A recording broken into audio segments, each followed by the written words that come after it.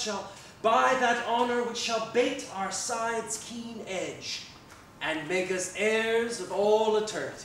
Guys, silly, strong, manly men, serious, want to become famous, decide what they're going to do is study, fast, diet for 3 years, really hard, and see no women. That's really critical, you know, because you know what that does to serious work. And no sooner have they taken their sacred oaths to do exactly that than a delegation of women arrive from France, and it's all over for the guys. God bless my ladies. Are they all in love? Then every one her own hath garnished with such bedecking ornaments of praise.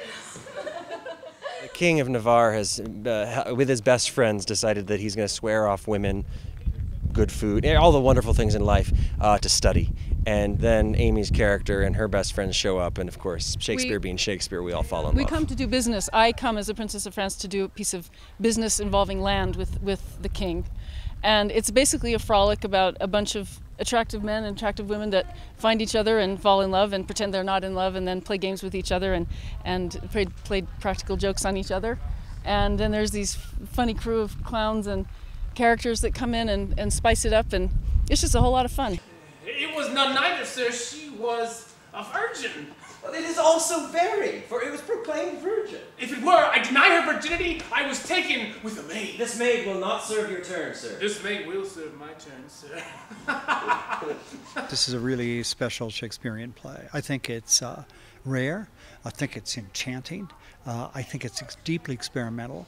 I think it's full of surprises. It's full of beautiful language, full of silliness, full of actual goofball stuff, and it sort of spun together in this marvelous taffeta silken way that only Shakespeare can do, and that makes it very special indeed. Oh, these are barren tasks, too hard to keep. Not to see ladies, study fast, not sleep. Your oaths are passed, to pass away from thee. Let me say no, my liege, and if you please, I only swore to study with your grace and stay here in your court for 3 years' space. You swore to that, Baron, and to the rest. Oh, by yea and nay, sir, then I swore in jest.